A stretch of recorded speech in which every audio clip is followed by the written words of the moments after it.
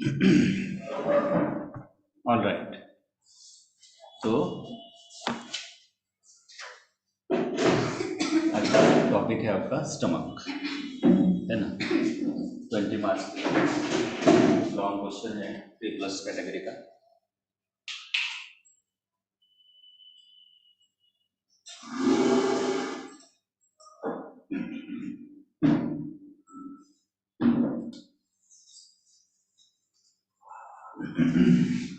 सो stomach plus plus plus plus plus plus plus plus means rank number 1 topic है पूरा 20 marks.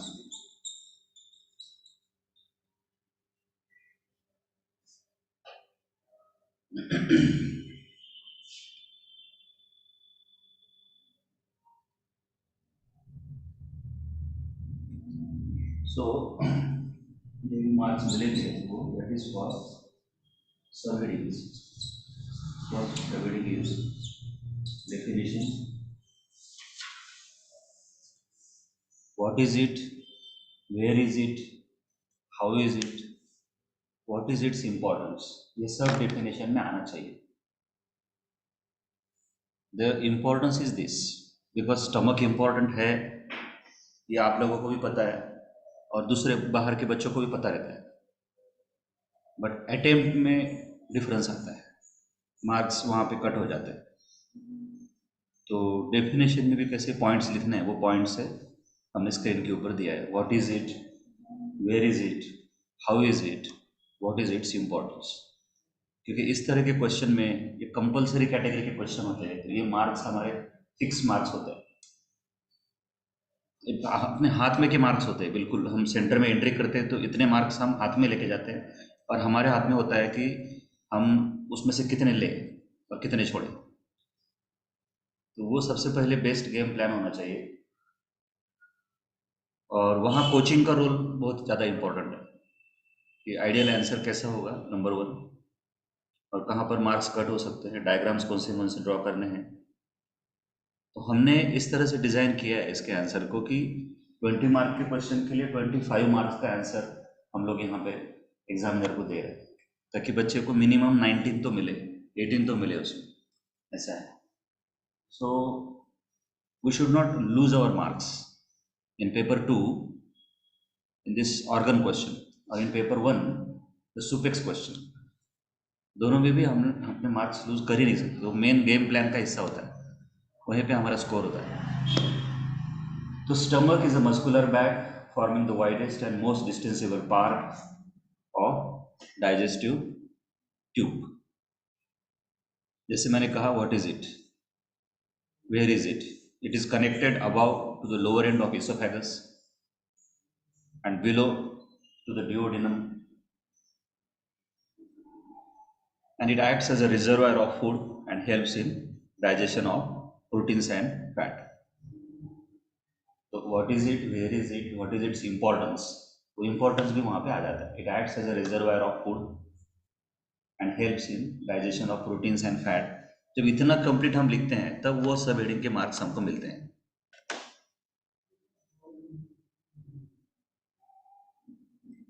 सो diagram number 1 जो कि यहाँ पे आएगी,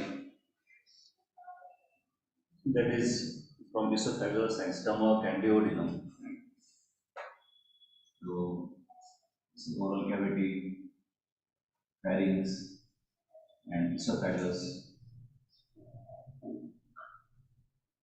then stomach. तो ये डायग्राम बाकी के बच्चे ड्रॉ नहीं करते, ये आप ड्रॉ करोगे उसको.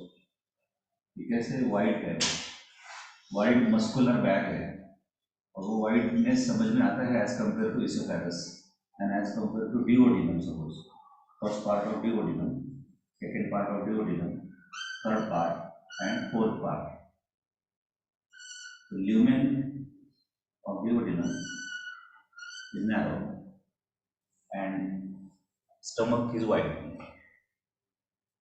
तो ये सुंदरता है कि जो जो हम लिखते हैं उसको हमको डायग्राम में कन्वर्ट करना पड़ता है. It is connected about to the lower end of the oesophagus and below to the duodenum, and it acts as a reservoir of food and helps in digestion of protein and fats. तो इतना complete करने के बाद फिर उसका definition part वहाँ पे हो जाता है.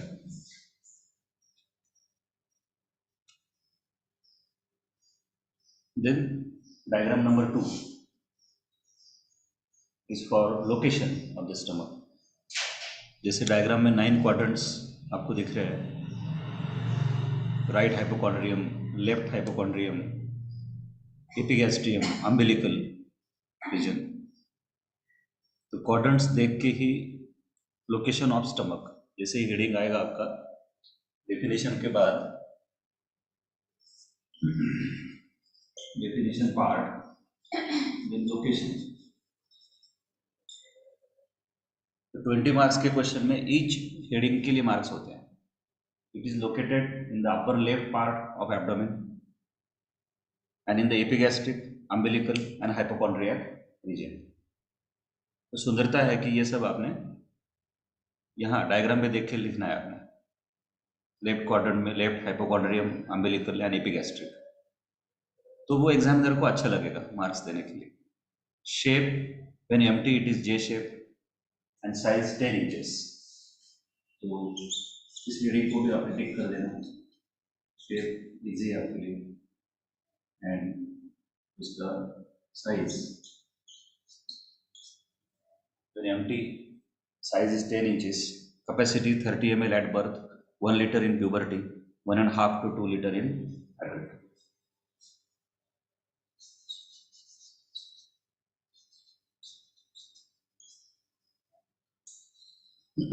ठीक है, यहाँ तक कोई प्रॉब्लम है?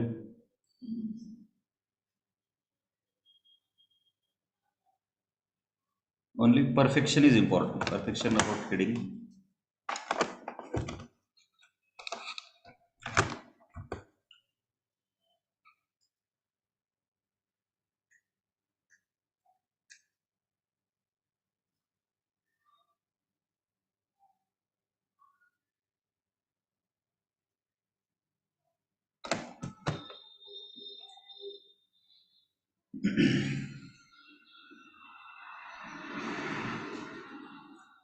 चले आगे. Now external features. तो उसका नेक्स्ट पार्ट आता है external features.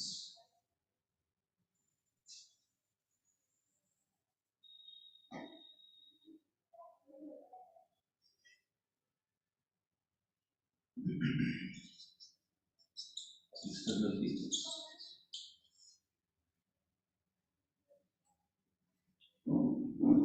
Again the diagram is important. जैसे ही हेडिंग मैंने लिखा एक्सटर्नल फीचर्स, तो फिर डायग्राम वहां पे आ गया. 2 orifices or openings, that is cardiac orifice and pyloric orifice. 2 curvatures or borders, lesser curvature and greater curvature. 2 surfaces, anterior surface and posterior surface. तो सुंदरता है कि एक्सटर्नल फीचर में 2 2 2 2 2 2 ये खास बात आती है स्टमक में, और उसके ऊपर से हम उसको याद रख सकते हैं. अगर डायग्राम में आप देखो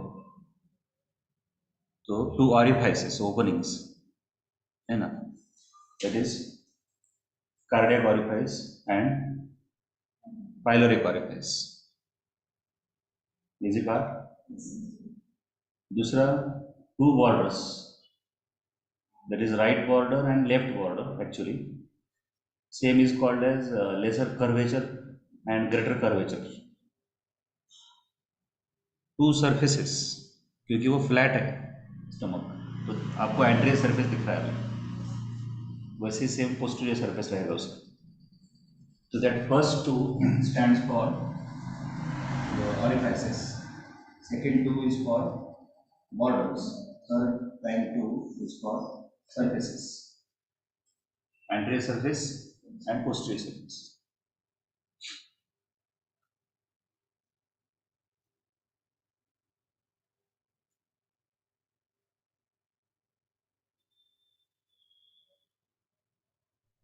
Then two parts, उसके दो पार्ट्स भी दो है, cardiac part and pyloric part.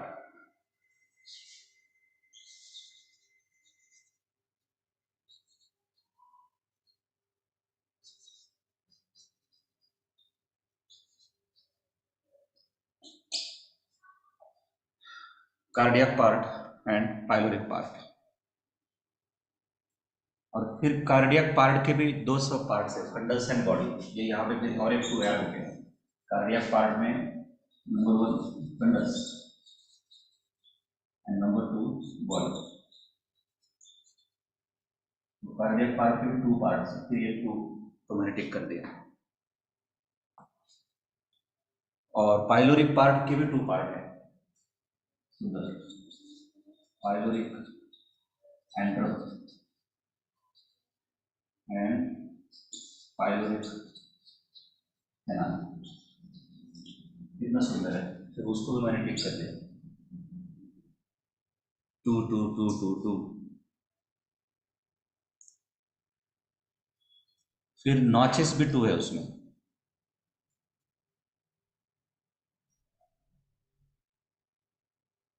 Cardiac notch and angular notch. और एक 2 इसमें आएगा, that is for notches.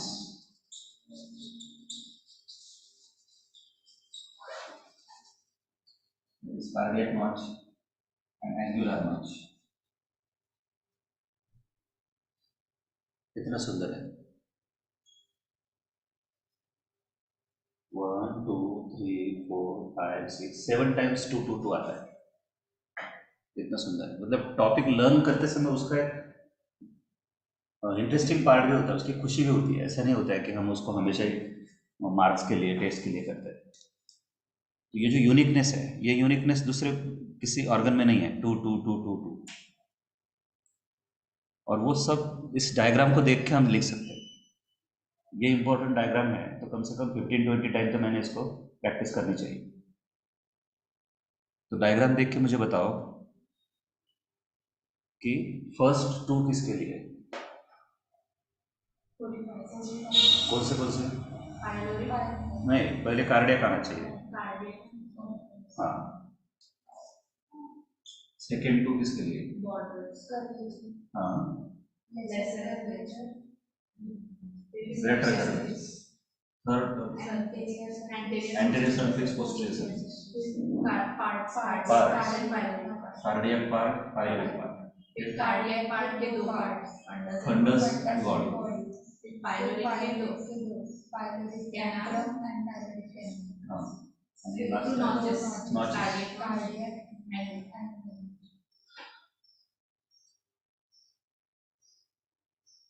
Wow, याद हो गया.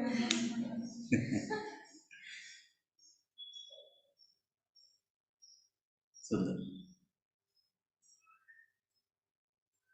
तो फर्स्ट जो उसके साथ में अपना इंट्रोडक्शन रहता है, तो उसमें फर्स्ट रिवीजन में इतना याद रखना है. फिर सेकेंड रिवीजन में थोड़ा हम डिस्क्राइब करेंगे कि what is importance of orifice वगैरह वगैरह. लेकिन उस बच्चे को पहले बार तो इतना पता होना चाहिए कि what are the external features. जैसे ही लोकेशन का हेडिंग हो जाता है तो एक्सटर्नल फीचर्स का हेडिंग आता है. और जैसे हम हेडिंग देते हैं एक्सटर्नल फीचर्स का, तो पहले हम डायग्राम ड्रॉ करते हैं प्रॉपरली, और फिर नीचे डिस्क्रिप्शन स्टार्ट होता है. Orifices, that is openings. Cardiac orifice and pyloric orifice. Then curvatures or borders, lesser curvature, greater curvature. Surfaces, anterior surface and posterior surface. Then orifices. Cardiac orifice. अब इसको थोड़ा सा एक्सप्लेन करना जरूरी है. जैसे मैंने बोला था कि 20 मार्क्स के लिए हम थोड़ा सा एक्स्ट्रा करेंगे. तो cardiac orifice is joined by lower end of esophagus. It lies behind the left seventh costal cartilage, 1 inch from its junction with the sternum at the level of T1. तो यहाँ थोड़ा सा आपको एक्स्ट्रा काम करना पड़ता है मार्क्स के लिए. What is it, where is it and what is its importance, फिर वैसे ही आएगा. तो फर्स्ट पॉइंट इजी होता है, cardiac orifice is joined by the lower end of oesophagus. तो इसीलिए से हमने पहले ये डायग्राम लिखा है कि लोअर एंड ऑफ इसोफेगस और यहाँ पे रहने वाला एक कार्डियक ऑरिफाइस और स्टमक. जैसे pyloric orifice is connected with the duodenum, first part of duodenum.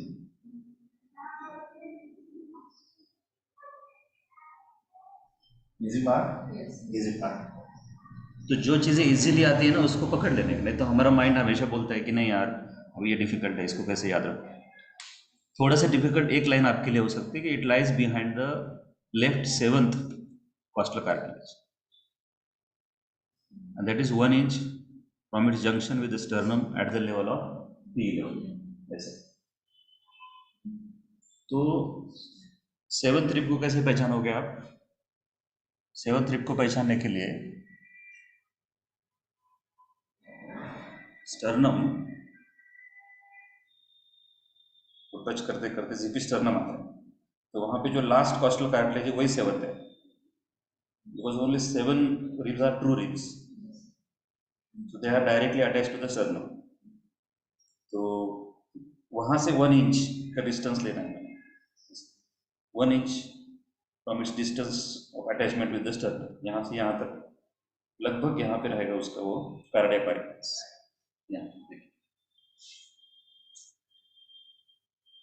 Easy part, easy part, easy part ऐसा होता है.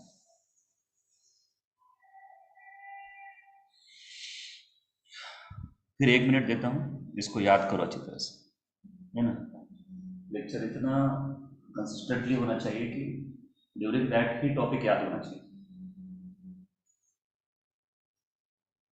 कार्डियक ऑरिफाइस एक तो सामने से दिख भी रहा है eight the level of T11. T11 का मतलब यह है कि एक फिंगर आप यहाँ पे रख रहे हो और दूसरा फिंगर अगर आपने पीछे रखा, पीछे मेरा फिंगर दिख रहा है, तो वो that is 11th vertebra, T11th vertebra. ऐसा है, वर्टेब्रा की लेवल अगर मानी जाए तो वहाँ पे T11 एक खास बात है. ऐसा मत समझो कि एंटीरियरली अगर 7th कॉस्टल कार्टिलेज है तो पीछे भी 7th थोरेसिक वर्टेब्रा होना चाहिए, ऐसा नहीं है, बिकॉज शेप ऑफ रिब बहुत अलग है, वो अलग अलग तरीके से जा रहे हैं पीछे. तो पोस्टीरियर उसका एक लेवल उन्होंने दिया है, that is T11.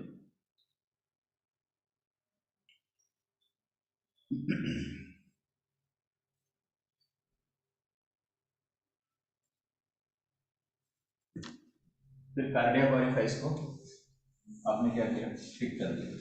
Cardiac orifice लिखो, मेरे साथ में लिखो और इसको टिक करो. उसमें आपको 1, 2, 3 पॉइंट्स. देन पाइलोरिक ऑरिफाइस, उसमें सिर्फ 1 पॉइंट है. It opens into the duodenum. अब सुंदरता है कि जैसे 2-2 का सीक्वेंस आपने फॉलो किया था ना, वैसे एक्सप्लेनेशन भी जा रहा है, करने की बात ही नहीं. फर्स्ट 2 को आपने बोला था cardiac orifice and pyloric orifice, second 2 को आपने बोला था lesser curvature and greater curvature. तो आप डिस्क्रिप्शन में उनका ही चल रहे हैं, ऐसा कुछ नहीं कि मैं किसको डिस्क्राइब करूँ अभी, कैसे करूँ. बस थोड़ा सा डिस्क्राइब करना पड़ता है बिकॉज 20 मार्क का क्वेश्चन ऐसे. तो बाकी बच्चे क्या करते हैं, सिर्फ नाम लिख देते हैं, हाँ 2 बॉर्डर्स, 2 कर्वेचर्स, 2 सर्फेसेस, बेचारे एवरेज मार्क्स हो जाते हैं, आउट ऑफ 20 10 मार्क्स ऐसा हो जाता है. तो lesser curvature, what is it, how is it, where is it, थोड़ा सा सोचना है. It is concave and forms the right border of the stomach. What is its importance? It provides attachment to the lesser omentum. And one more important, angular notch or incisura angularis is present over the lesser curvature. अब ये 3 points मुझे अच्छी तरह से याद करने हैं। First 2 points तो बहुत इजी है। जैसे डायग्राम आप देखते हो तो डायग्राम में देखते ही आपको पता चलता है कि this is concave and this is convex.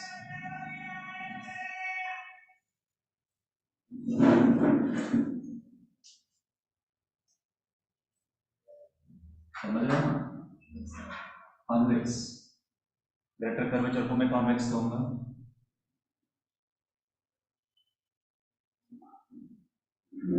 और लेसर कर्वेचर को कॉनकेव।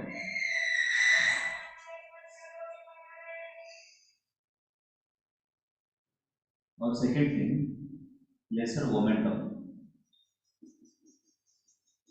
उसी डायग्राम में यहाँ पे ऐड कर देना है। It is attached to the 1 inch of the first part of duodenum also, and it is attached to the lesser momentum also, lesser curvature.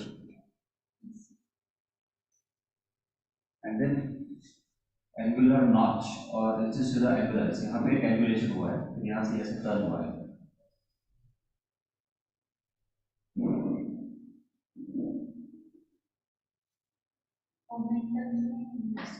Laser momentum, हाँ ना, अभी आएगा, आगे आएगा। अभी के लिए सिर्फ इतना याद रखा कि नाम लेसर कर्वेचर है तो lesser omentum is attached to it, और एक एंगल है वहाँ पे, एंगुलर नॉच है। तो ये 3 पॉइंट्स है मेरे about lesser curvature. Next reading यहाँ पे आएगा lesser curvature.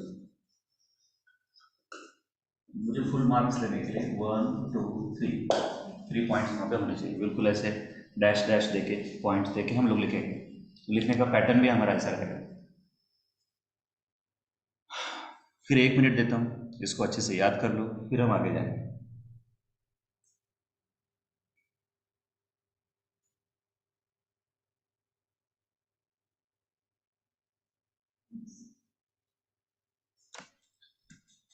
Greater curvature, what is it, how is it, where is it, what is its importance.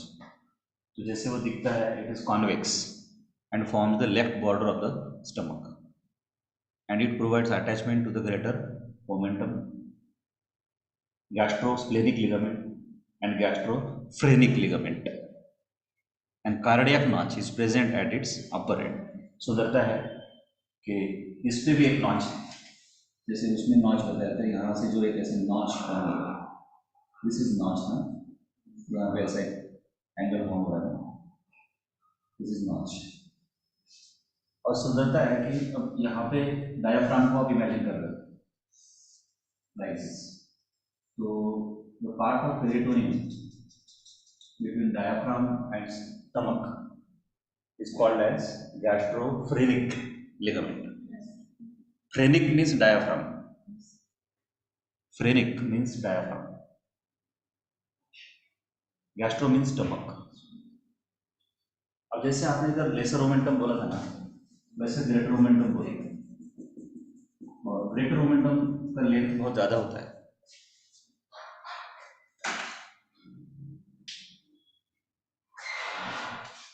और लगभग 1 इंच ऑफ डिविजन होता है, और यहाँ से नीचे आके सबके एंटीरियरली कवर करता है।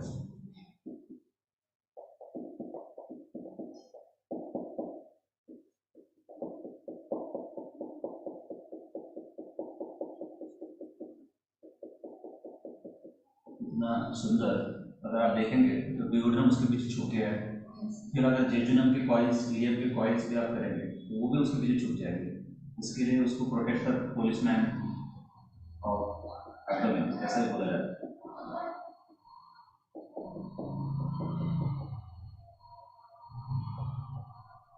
धीरे धीरे से थोड़ा सा लेट उसका ऐसा कम करते करते आप जाएंगे, और यहाँ पर लेट सबसे ज़्यादा रहेगा, जो धीरे धीरे से कम होते जाएगा।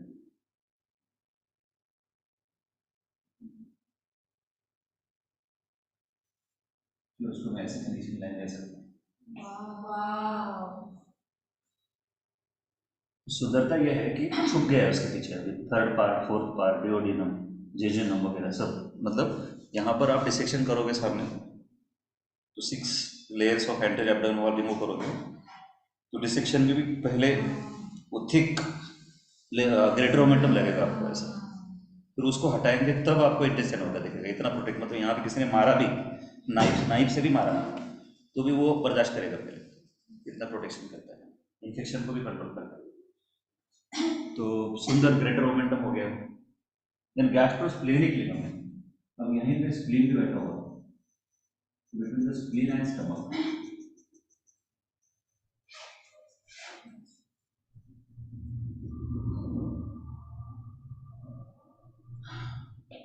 Between the spleen and stomach, that is gastrosplenic ligament। फिर यहाँ पे आपने लिखना है ग्रेटर कर्वेचर।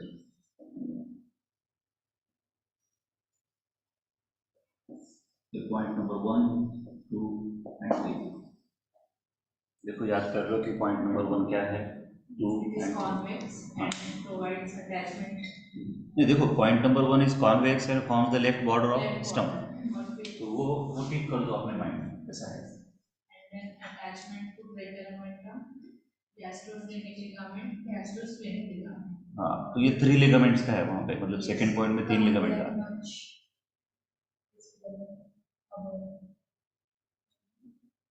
तो सुंदरता है कि एक पैटर्न सेम सेम चल रहा है ना। सिर्फ बोलने से काम नहीं होगा। अभी आप जैसे स्टूडेंट क्या करते हैं, तुरंत बोल देते हैं, but it is dangerous. I want you to stay there, रुको, सोचो, इतना आसान नहीं है, सोचो उसके ऊपर। एक पैटर्न फॉलो हुआ है। लेसर कर्वेचर के टाइम में भी पहला सेंटेंस ऐसा ही आया था, it is concave and forms the right border, और दूसरा सेंटेंस में it provides attachment to the lesser omentum, ऐसा आया था, और तीसरा सेंटेंस में it shows the angular notch, ऐसा आया था। तो क्या हमारा ब्रेन उसको इस तरह से याद रख रहा है, ये इंपॉर्टेंट है। 2 मिनट पढ़ के तो आंसर कोई भी दे देगा, लेकिन आयन वक्त पे हम भूल जाते हैं लिखना, और वहाँ पर हमारे मार्क्स लूज हो जाते हैं मेन क्वेश्चन में, जो कि इजी क्वेश्चंस होते हैं कैटेगरी के। और जल्दी जल्दी इतनी रहती है कि समय बिल्कुल नहीं रहता है हमारे पास देखने के लिए। अगर आता भी है तो भी अगर याद नहीं आया तो वो गया टाइम, नेक्स्ट क्वेश्चन का टाइम शुरू हो जाता है। ऐसा है, 35 मिनट्स होते हैं अपने पास, उसमें हमको 10-15 डायग्राम्स होती हैं और 3-4 पेजेस का राइटिंग होता है।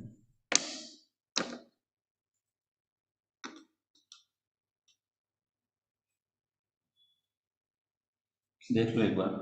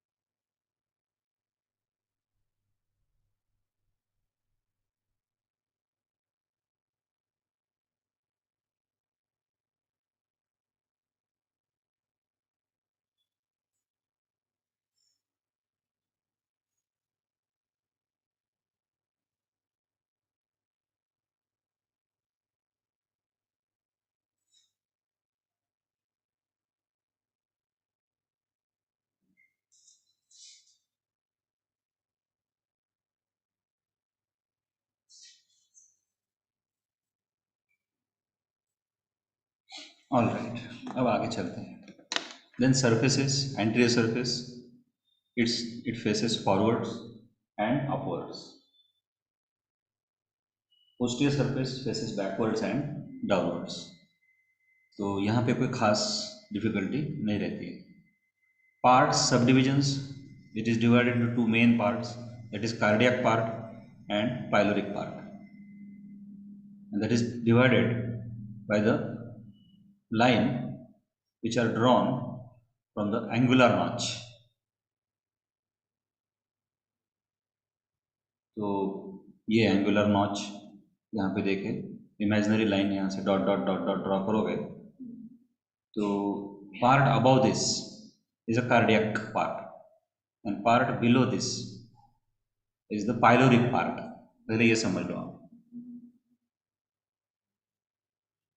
और कार्डियक पार्ट में फिर फंडस। अब उसके मीनिंग के हिसाब से ही होता है, जो अपर कॉन्वेक्स डोम शेप पार्ट जो होता है, जो स्ट्रक्चर में ऊपर की तरफ जा रहा है, बलून के जैसा जा रहा है, दैट इज फंडस। मतलब उसका मीनिंग ही वो है सर, फंडस एक बार यूट्रस में भी आता है, ऐसा है। थोड़ा सोचना है फिर वहाँ, क्योंकि यहाँ पे छोटी छोटी सिली मिस्टेक्स हो जाती है बच्चों की तरफ से, कि पार्ट्स जब हम लिख रहे हैं तो उसमें दो main parts, body and pylorus, ऐसा लिखने के बजाय वो पार्ट्स में ही फंडस को भी लिख देते हैं, बॉडी को भी लिख देते हैं, पाइलोरिक एंड्रम को भी लिख देते हैं। But funds is a subdivision of the cardiac part, ऐसा। ये छोटी छोटी गलतियां ना हो। सबसे पहले हमने दो मेन पार्ट्स किए, एंगुलर नॉच से हमने इमेजिनरी लाइन ड्रॉ की, उसके ऊपर एक बहुत बड़ा पार्ट, उसमें से जितना डोम शेप कॉन्वेक्स था ऊपर, ये इस लाइन से line drawn from the cardiac notch, अगर आप देखें तो यहाँ लेवल एकदम प्लेन हो जाता है। अब बचता है सिर्फ थोड़ा सा अपर कॉन्वेक्स पार्ट, है ना, वो फंडस। अब आपके पास दो लाइन हो जाती है, और सुंदरता है अगर आप ध्यान से देखें तो एक लाइन कार्डियक नॉच से जा रही है और एक एंगुलर नॉच से जा रही है, मतलब दोनों भी लाइन नॉच से ही जा रही है, जिसके बीच में बॉडी आ रहा है। थोड़ा सा ध्यान से आप देखें तो उसका मज़ा समझ में आएगा। और तीसरी इंपॉर्टेंट चीज़ होती है कि बॉडी हमेशा किसी भी स्ट्रक्चर में अगर दिखानी हो तो लार्ज पार्ट होता है, ऐसा है। उस एंगल से उसको समझना चाहिए कि ऐसा क्यों।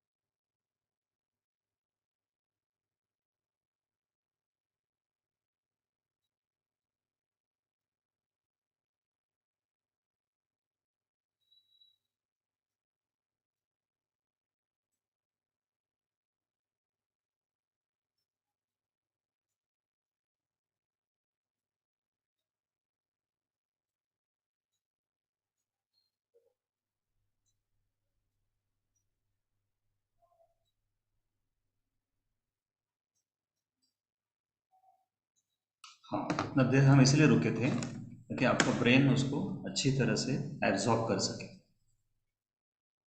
क्लियर हो गया आपके माइंड में कहाँ से कहाँ तक। नहीं तो ना बहुत 90% बच्चों के डायग्राम ड्रॉ करने में भी मिस्टेक हो जाती है कि एक्चुअल कहाँ से कहाँ उसको सेपरेशन करना है। तो यहाँ पे थोड़ा सा एंगुलेशन दिखाना, आप जब कर्वेचर को भी ड्रॉ कर रहे हो थोड़ा सा एंगुलेशन लिया तो चलेगा, तो नॉच दिखनी चाहिए, थोड़ा सा ऐसा उसको ऊपर लेके जाएंगे, ऐसा करके थोड़ा ऊपर और इधर से उसको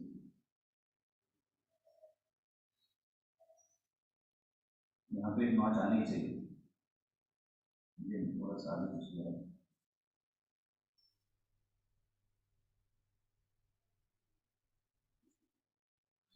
इस तरह से।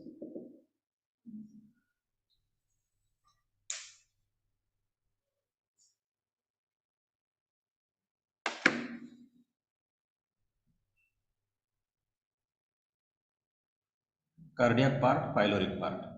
Then cardiac part is subdivided into thunders and body. अब इतना देर तक रुकने की वजह से आपकी आंखों के सामने वो है डायग्राम, समझ रहे हो उसको, फंडस एंड बॉडी, आप समझ रहे हो उसको। तो fundus is upper convex dome shape part situated above the horizontal line drawn at the level of cardiac orifice. इसके लिए सर रुके हुए थे। अब एग्जैक्टनेस आया है, वो जितना अंडरस्टैंडिंग है उतना राइटिंग में फिर याद नहीं रखना पड़ता, वो सेंटेंस अपने आप बन जाता है, because you are visualising the structure, you are not trying to remember the lines or words, you know that from where the line goes. The body of stomach lies between the fundus and the pyloric antrum, ऐसा भी बोल सकते हैं, और between the two lines, the line which drawn from the cardiac notch and line which drawn from the angular notch. जब इसको लिखोगे तब उसको मार्क्स मिलेंगे. तो cardiac part, then pyloric part. Again it is subdivided into pyloric antrum and pyloric canal. यहाँ पर भी काफी लोग मिस्टेक करते हैं. एंट्रम वर्ड का मीनिंग ऐसा रहता है कि somewhat dilated part there, that is antrum. और कैनाल वर्ड तब आता है कि जो ट्यूबुलर हो structure, narrow tubular part. This is 176. इसको यहाँ लेके आएंगे नीचे.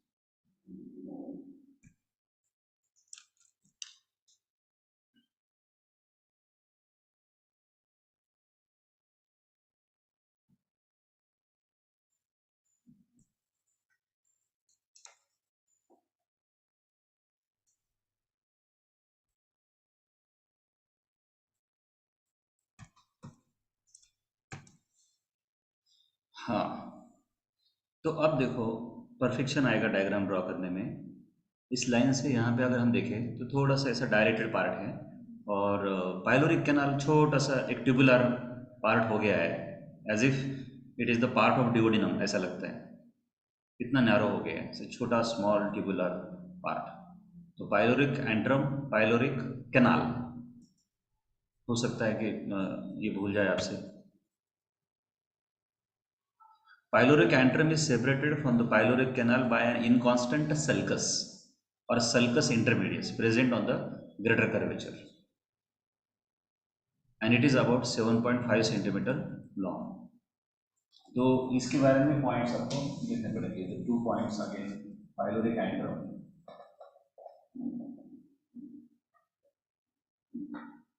1, 2, and pyloric canal.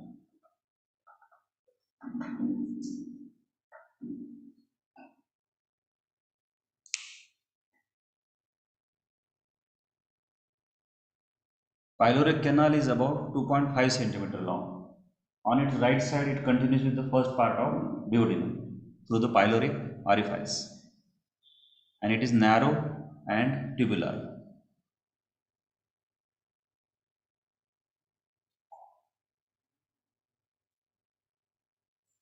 अब यहाँ पे अगर आप देखें तो 7.5 सेंटीमीटर हो गया.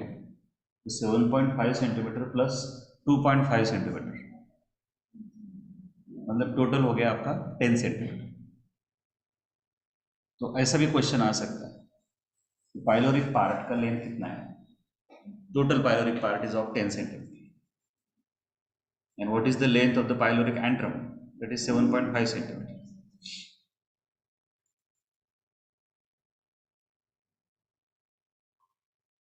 Pyloric canal.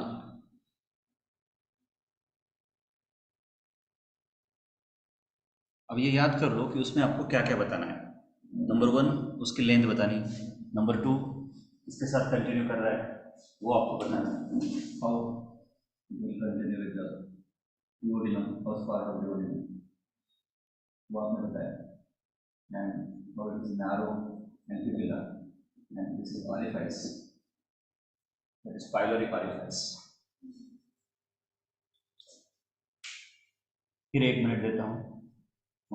पाइलोरस पे फोकस करो. Pyloric antrum, then pyloric canal.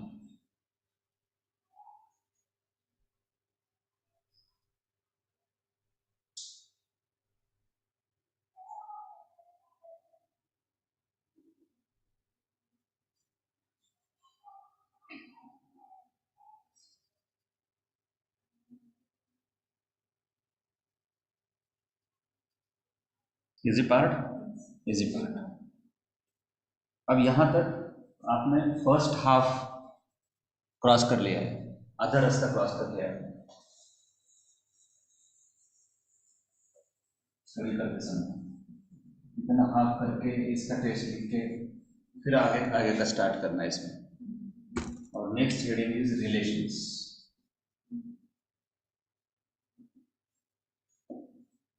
और रिलेशंस में फर्स्ट आता है पेरिटोनियल रिलेशंस, और सेकंड आता है विसल, और ये दो मेन हेडिंग मुझे पता होने चाहिए।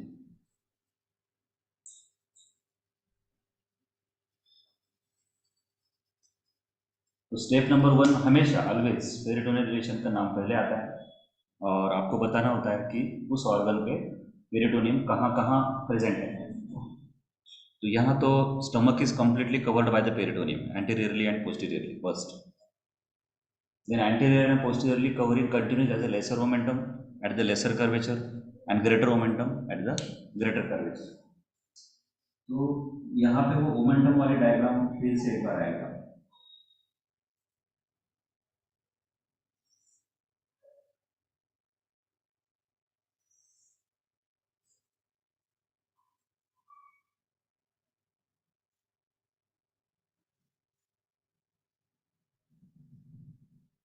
lesser momentum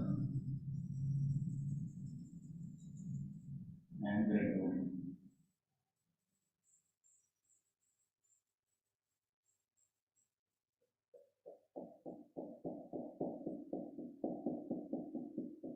ये दो तो फिक्स होने चाहिए, जैसे पेरिटोनियम का नाम निकलता है मुझे पता होना चाहिए, ये पहले भी देखा है। lesser momentum and greater momentum.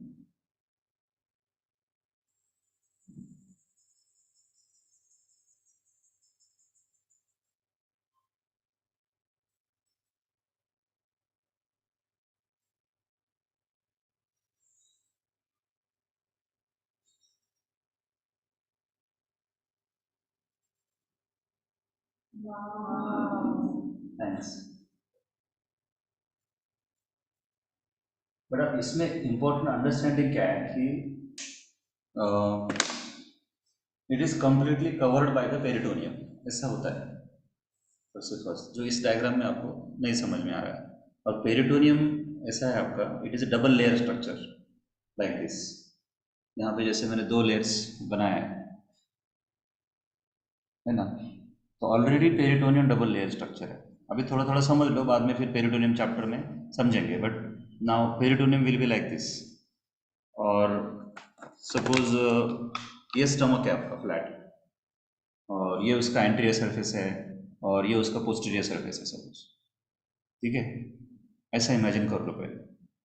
तो वो क्या बोल रहे हैं कि स्टमक तो भाई कंप्लीटली कवर्ड बाय पेरिटोनियम है पहले, तो आप ये समझ लो कि आप जब डिसेक्शन करेंगे तो पेरिटोनियम तो कंप्लीट है वहाँ पे।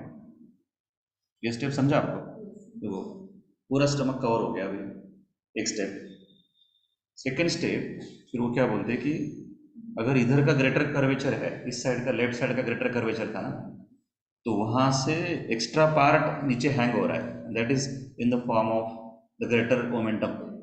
ये जो हैंगिंग दिख रहा है आपको ऐसा नीचे, दिस इज ग्रेटर मोमेंटम। तो ये ऐसे ही नहीं आया है जो डायग्राम में अपने को दिखता है, कहीं कहीं बीडीसी को थोड़ा सा इम्प्रोवाइज करके समझना पड़ता है हमको कि भाई चलो सिर्फ ये बॉर्डर से नीचे, ऐसा ही नहीं है वो। anteriorly and posteriorly covering continues as a lesser momentum and at the lesser curvature and greater momentum at the greater curvature। अगर उसी को आपको इधर का लेसर कर्वेचर दिखाना है तो ये भी दिखा सकता हूँ थोड़ा सा एक्स्ट्रा इधर निकाल के, तो आप समझ सकते हो कि हाँ ये लेसर मोमेंटम भी है यहाँ ऐसे। But it is completely covered. ये स्टमक है आपका फिर से बिल्कुल जैसे हम कपड़े पहनते हैं तो उसको कम्प्लीटली कवर किया गया है, और वो भी डबल लेयर स्ट्रक्चर है। रिमेंबर, पेरिटोनियम कभी सिंगल लेयर नहीं होता, इसके लिए सर ने कपड़ा वैसा यूज किया। मतलब होता तो ये है कि ग्रेटर मोमेंटम के पास जब आप आते हो तो वहाँ चार चार लेयर्स बन जाते हैं, वो ऐसा फोल्ड होके जो पीछे जाता है, that first layer become the fourth layer and second layer become the third layer. ऐसा ऐसा फोल्ड आ रहा है एक्चुअली, वो उनके हिसाब से जो लटक रहा है नीचे कंप्लीट कवर करके। तो एक एक इंटरेस्टिंग फैक्ट्स होते हैं और मैथ्स के पेपर के जैसा एक एक हेडिंग चेक किया जाता है ना, ऐसा है। उसमें कुछ भी ऐसा नहीं चलता है, तुक्केबाजी बिल्कुल नहीं चलती उसमें। तो पेरिटोनियल रिलेशन का नाम लेते ही आपने हमें नंबर 1 बता दिया लेसर मोमेंटम, और दूसरा बता दिया greater momentum. Now next, gastrosplenic ligament. It is extension of peritoneum between the cardiac end of stomach and spleen. So gastrosplenic. अब यहाँ पे मुझे पता होना चाहिए कि स्प्लीन का जो लोकेशन बताया जाता है वो यहाँ पे इस तरह से बताया जाता है, just behind the lateral curvature, और इनके बीच में यहाँ पे हल्का सा एक अटैचमेंट जो रहेगा between the spleen and stomach, that is gastrosplenic. और ये इसोफेगस से आ रहा है और डायफ्राम इस तरह से रखूँ तो गैस्ट्रोस्प्लेनिक, गैस्ट्रोस्प्लेनिक एंड गैस्ट्रोस्प्लेनिक। तो इधर मेरा थर्ड हेडिंग हो गया गैस्ट्रोस्प्लेनिक और फोर्थ हेडिंग हो गया गैस्ट्रोफ्रेनिक।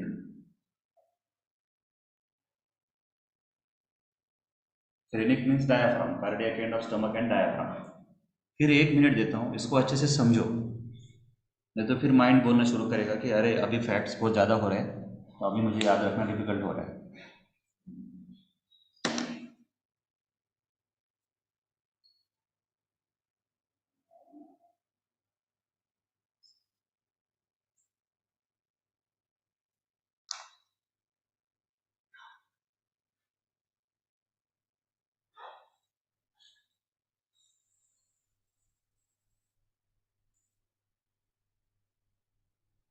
सुंदरता है, पहले इसमें हमने लेसर ओमेंटम और ग्रेटर ओमेंटम, फिर gastro splenic and gastro ligament. Next heading आता है bare area, number 5 under peritoneum. यहाँ पे 5 हेडिंग्स हैं। Bare area, this is the small area of the stomach on its posterior surface which comes in direct contact with the diaphragm without peritoneum. अब आपका heading ही है peritoneal relations, लेकिन last number में आप ये बता रहे हो कि कहाँ पर पेरिटोनियम नहीं है, उल्टा है। और उसको आप इस तरह से याद रखोगे कि बेयर एरिया जो वर्ड है, वर्ड मीनिंग से जब हम पैर में चप्पल नहीं पहनते हैं तब उसको बोला जाता है बेयर फुटेड। तो it is not covered by the chappal और शूज। तो वहाँ से समझना है कि अच्छा वेयर एरिया ऑफ स्टमक को हम कैसे याद रखें।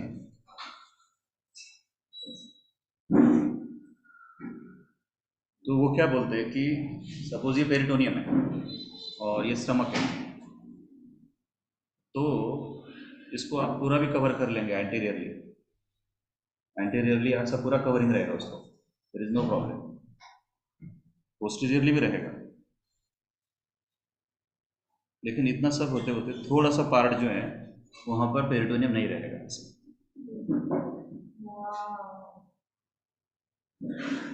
Small part which is not covered by peritoneum posteriorly। और सुंदरता है कि that is coming in direct contact with the diaphragm, ऐसा आ रहा है फिर, क्योंकि फिर वो डायाफ्राम को टच करेगा पीछे, तो उसके लिए एक डायग्राम हमको लेके आनी पड़ेगी डायाफ्राम की।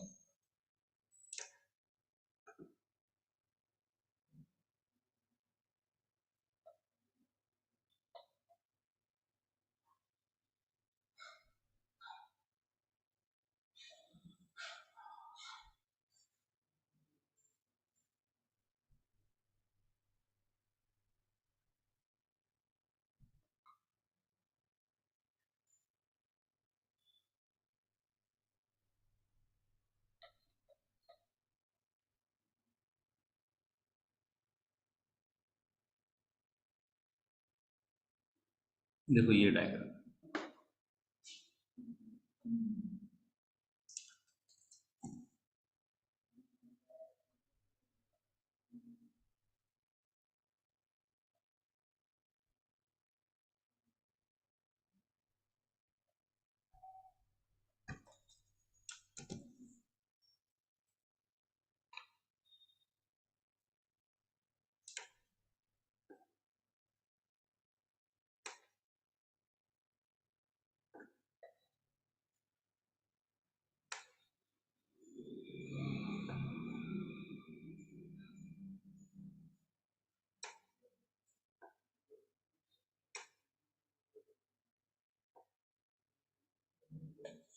अब ये सुंदर स्क्रीन के ऊपर डायाफ्राम दिख रहा है आपको, beautiful one. Step by step एक एक फैक्ट सामने आते जाते हैं, और पूरा जो एक डोम ऑफ डायाफ्राम है, पूरा एक कॉन्वेक्सिटी दिख रही है, लाइक अम्ब्रेला, पूरा उसको ओपन किया गया है। और एंटीरियरली भी कैसे डायाफ्राम है और पोस्टीरियरली भी कैसा है, ये समझना यहाँ पे बहुत ज़रूरी है, क्योंकि ये डायग्राम बीडीसी में नहीं है। This is from Gray's anatomy. मुझे ये अच्छी तरह से समझना होगा कि पोस्टीरियरली भी डायफ्राम है और एंटीरियरली भी डायफ्राम है, दोघांच्यामध्ये एक पोकळी आहे, ती दिसते का तुम्हाला?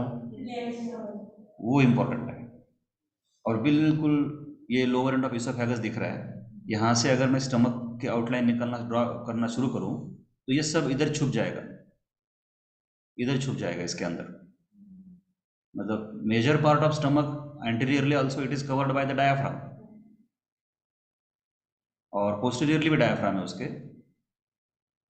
और कुछ पार्ट फिर वो ग्रेटर कर्वेचर का होके ऐसा घूम के यहाँ पे आएगा, which is not covered by the diaphragm. ये बीच में कप आता है आपका, जैसे बीच में आपका यहाँ पे कॉस्टल मार्जिन है ना, जिपिस्टर्नम के पास, ये जो लाइन है आपकी, ये एग्जैक्टली वो डायफ्राम की लाइन है जो डायग्राम में दिख रही है आपको, एग्जैक्टली जैसे किसी ने उसको केक के जैसा कट किया है, कि जो आपकी कॉस्टल मार्जिन है उसी के अंदर डायफ्राम है।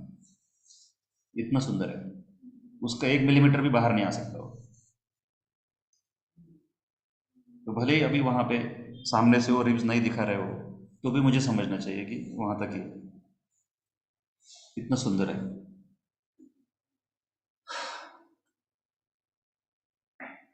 ये भी आउटलाइन जैसे हमने यहाँ पे दिखाई डायाफ्राम की, इसका मीनिंग भी वही है कि कैसे डायाफ्राम वहाँ पे आया होगा। इमेजिन करो स्टमक का कार्डियक नॉच, फंडस इमेजिन करो, पर्टिकुलरली फंडस, वो तो पूरा उसके ऊपर ही डायाफ्राम होगा ऐसा, फिर ग्रेटर कर्वेचर ऐसे घूम के आता होगा। जितना ज़्यादा विजुअलाइजेशन हो सकता है उतना अच्छा है आर्ट में। It will help you for long life. मैं हमेशा बोलता हूँ ये 2 महीने के बाद के एग्जाम का सवाल ही नहीं है। आज से 20 साल के 25 साल के बाद भी आपके पास कोई पेशेंट आता है तो वो एनाटॉमी ही आपको पहले याद आती है कि नहीं ये ऐसा है, हमारे बॉडी में ये स्ट्रक्चर ऐसा है, अगर यहाँ इंजरी हुई तो ये ऐसा ही होगा, फिर ऐसे उसका शेप ऐसा है, this part is not covered by the diaphragm, ऐसा ऐसा, क्योंकि वो पता रहता है, that is the knowledge of anatomy. वो 11th और 12th के जैसा नहीं है कि केमिस्ट्री का एग्जाम दे दिया खत्म हो गया। हर पल फल वो आपके साथ में रहता है कि नहीं सर बराबर है ना सर, ये 7-3 है ना सर, यहाँ पे लगी, आपने बोला ना सर, ये जिपिस्टर्नम है ना सर, ये कॉस्टल मार्जिन है ना सर। ये जिंदगी भर हमारे साथ रहता है। पेशेंट बोलता है यहाँ पेन है, यहाँ ऐसा है, ऐसा हुआ है, इधर इंजरी हुआ है, ऐसे।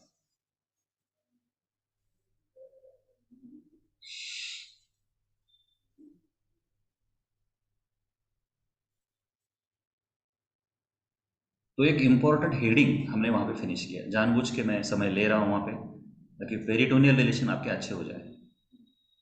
बेयर एरिया आपको कैसे समझा, और अगर बेयर एरिया तो पोस्टीरियरली कैसे फिर वो डायाफ्राम को टच करेगा, उसका भी अंडरस्टैंडिंग आपको यहाँ पे हो जाता है। तो एक हेडिंग आपका कंप्लीट हो गया, उसको टिक कर दो, फिर 1 मिनट देता हूँ अपने आप रिवाइज करके। Lesser curvature, lesser omentum, greater omentum, gastrosplenic ligament, gastrosplenic ligament and bare area. इतना सब लिखने के लिए वो 2 मार्क्स देगा आपको, ऐसा है। फिर आएंगे विसरल रिलेशंस, क्योंकि उसके पास मार्क्स देने के लिए अभी हेडिंग बहुत सारे हैं। एक्सटर्नल फीचर वो हाफ पार्ट था, वो हाफ पार्ट के लिए ओनली एक्सटर्नल फीचर्स अगर हम इमेजिन करें तो 4-5 मार्क्स उसको मिल जाते हैं। Relations 4-5 marks. फिर बाद में ब्लड सप्लाई है, वेनस ड्रेनेज है, लिम्फेटिक ड्रेनेज है, अप्लाइड एनाटॉमी है, फंक्शंस ऑफ स्टमक है।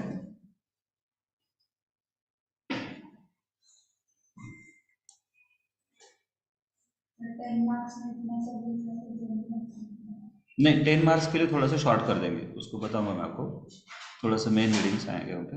ये देखो laser omentum, greater omentum, now visceral relations. अब यहाँ पे आपका हेडिंग फिर चेंज हो जाता है।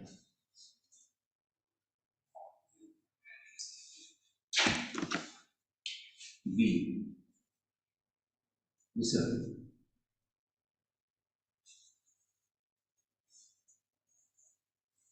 Visceral relations means the other organs of the abdomen जो उससे रिलेटेड है। लीवर हो सकता है, डिओडिनम हो सकता है, पैनक्रियाज हो सकता है।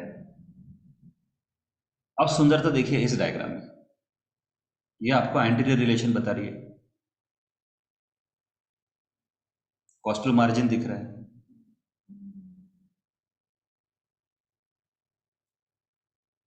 तो area number 1 is related with the liver anteriorly, and area number 2 is related with the diaphragm. Correct.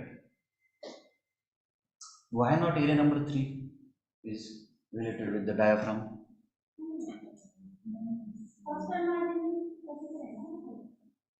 Correct. तो इसका मतलब आप इसको इमेजिन करके बोल रहे हो ऐसा, दैट इज वेरी इंपॉर्टेंट, है ना। एनाटॉमी के डायग्राम को हमेशा दूसरे डायग्राम के साथ मैच करके देखना पड़ता है। अब ये डायग्राम वहाँ पे नहीं है, लेकिन फिर भी आपको उसके उसके साथ उसको देखना पड़ रहा है कि सर यहाँ पे डायफ्राम नहीं हो सकता, तो directly it is related with the anterior abdominal wall. ये जो मिड लाइन होता है आपके शर्ट का, वहाँ प्रेस करूँगा, that soft is the just anterior abdominal wall where there is a skin, superficial fascia, muscles, fascia transversalis, extraperitoneal tissue, and peritoneum. The part of the anterior abdominal wall. Wow. Directly.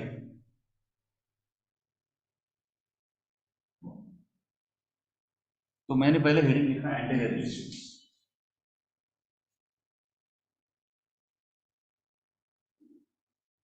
और उसके आगे number देखिए 1, 2 and 3।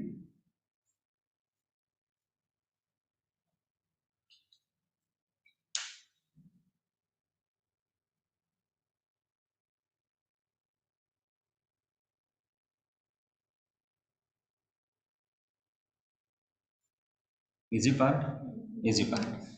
अब उसके साथ साथ क्या होगा कि आपका स्टमक अंदर छुपा हुआ है, उसको डायफ्राम ने कवर कर लिया है, उसको बाहर, उसके बाहर से रिब्स भी है, लेकिन डायफ्राम के ऊपर इधर हार्ट है, लंग्स है, प्लूरा है, पेरिकार्डियम है।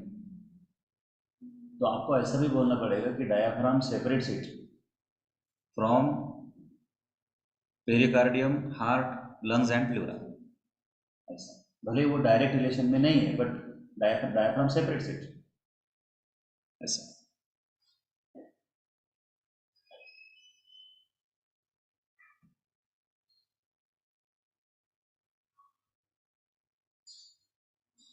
सो एंटीरियर रिलेशन में पहले वो प्रॉपर 3 आते हैं, number 1 liver, number 2 diaphragm, number 3 anterior abdominal wall, then left pleura, pericardium, 6th to 9th rib, they are separated from the stomach by diaphragm ऐसा। इसको अच्छे से याद कर लो पहले, फिर बाद में ना आपको डिफिकल्टी नहीं आनी चाहिए। पोस्टीरियर रिलेशन थोड़े से डिफिकल्ट है, यहाँ तक विदाउट स्पीड ब्रेकर गाड़ी चलनी चाहिए।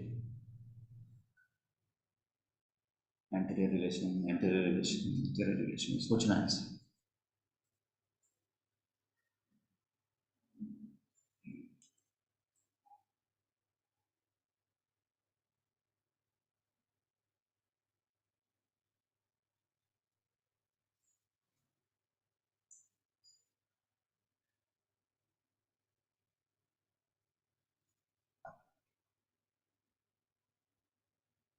ऑल राइट, कौन बताएगा?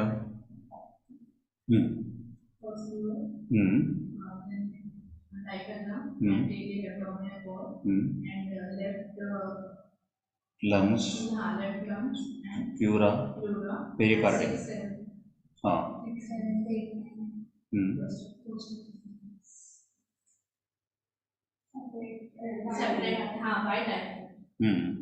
आप बताओ।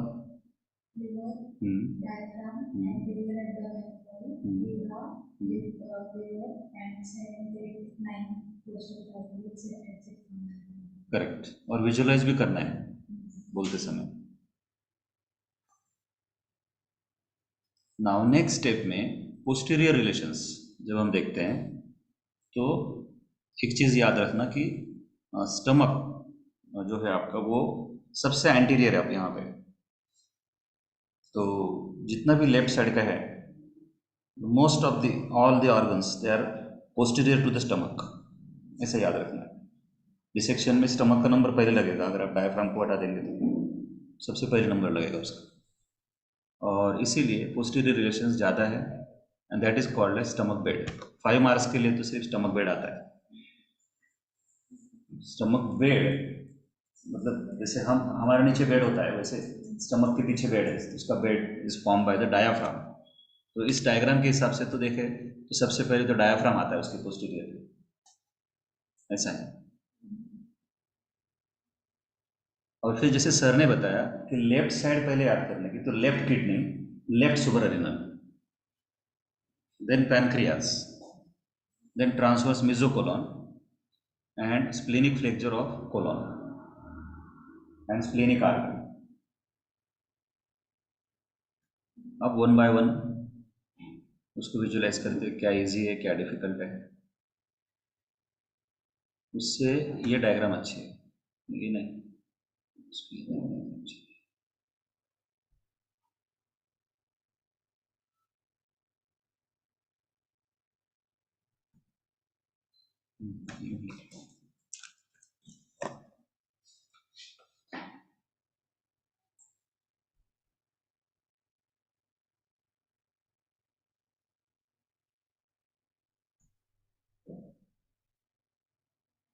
तो सेम रिलेशंस इस डायग्राम में देखो।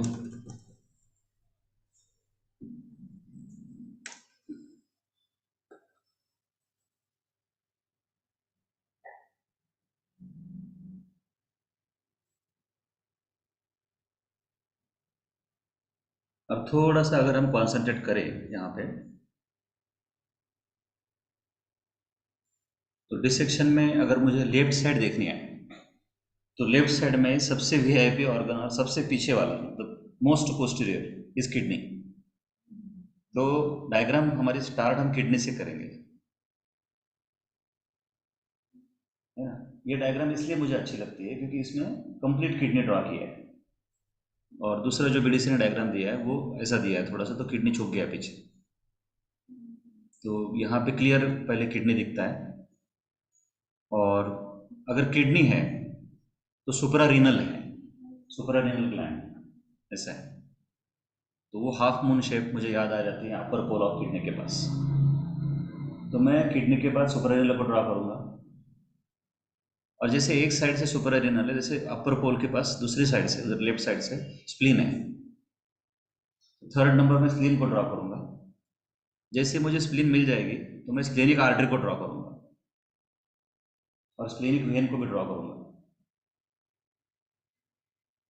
नेक्स्ट नंबर लगेगा body of pancreas and tail of pancreas, क्योंकि जो पॉइंटेड एंड होता है पैनक्रियास का, that is always towards the spleen, the tail of pancreas.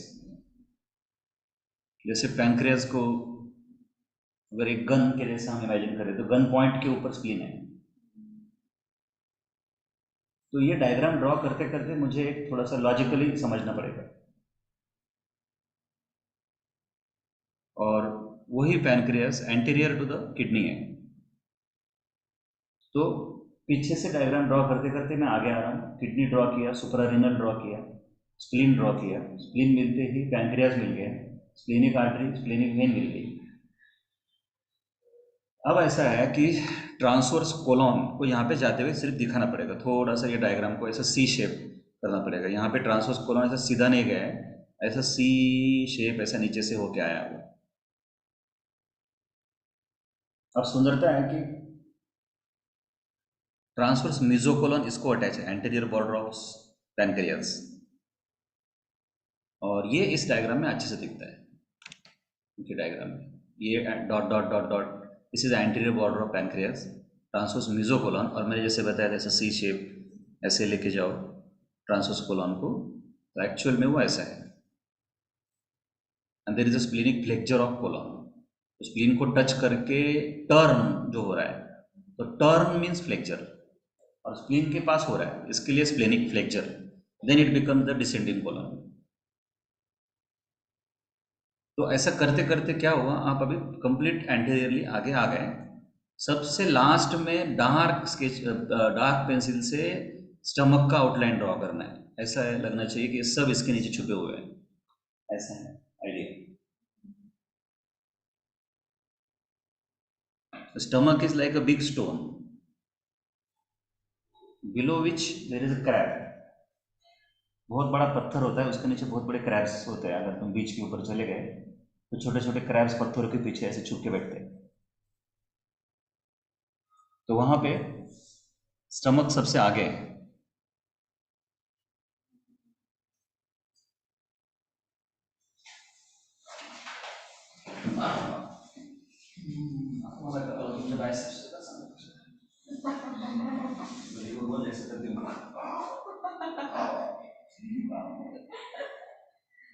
दस से ज्यादा नहीं कर सकता है।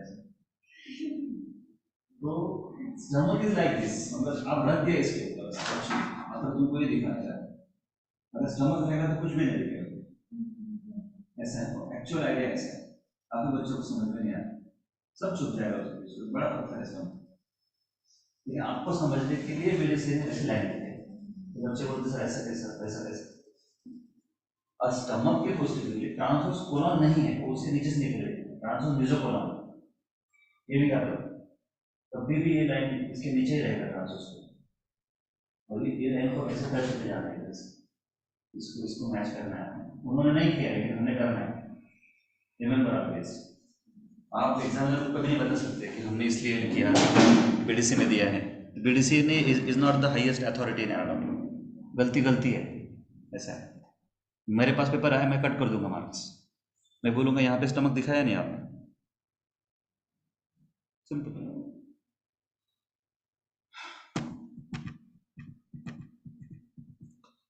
अब ये कुछ सेकंड के लिए डायग्राम आपके सामने थी, अब ये गायब हो जाती है और फिर आपको बताना पड़ता है पोस्टीरियर रिलेशंस। डायफ्राम, डायफ्रैगम नहीं। हाँ, लेफ्ट सुपरारेनल, स्प्लीन। पहले स्प्लीन मेरी माँ, वेन,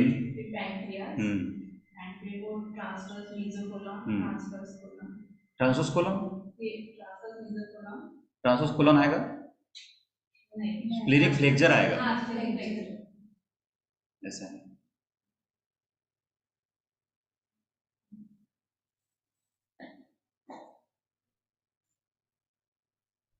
5 मार्क्स के लिए डायरेक्टली स्टमक बेड पूछते हो। The structures which are coming in the posterior relation of stomach that form the stomach bed, ऐसा लिखना पड़ता है।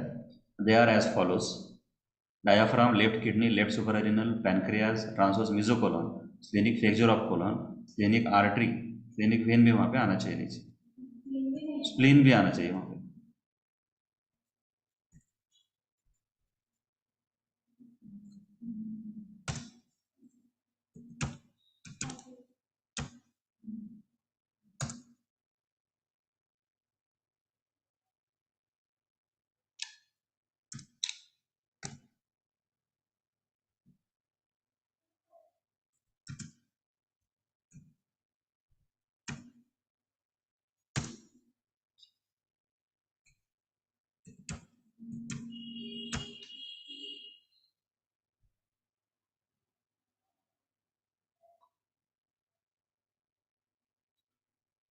ठीक है, तो यहाँ पे हमको रुकना पड़ेगा। नेक्स्ट एक्सप्लेनेशन नेक्स्ट लेक्चर में होगा, इंटरनल स्ट्रक्चर ऑफ स्टमक।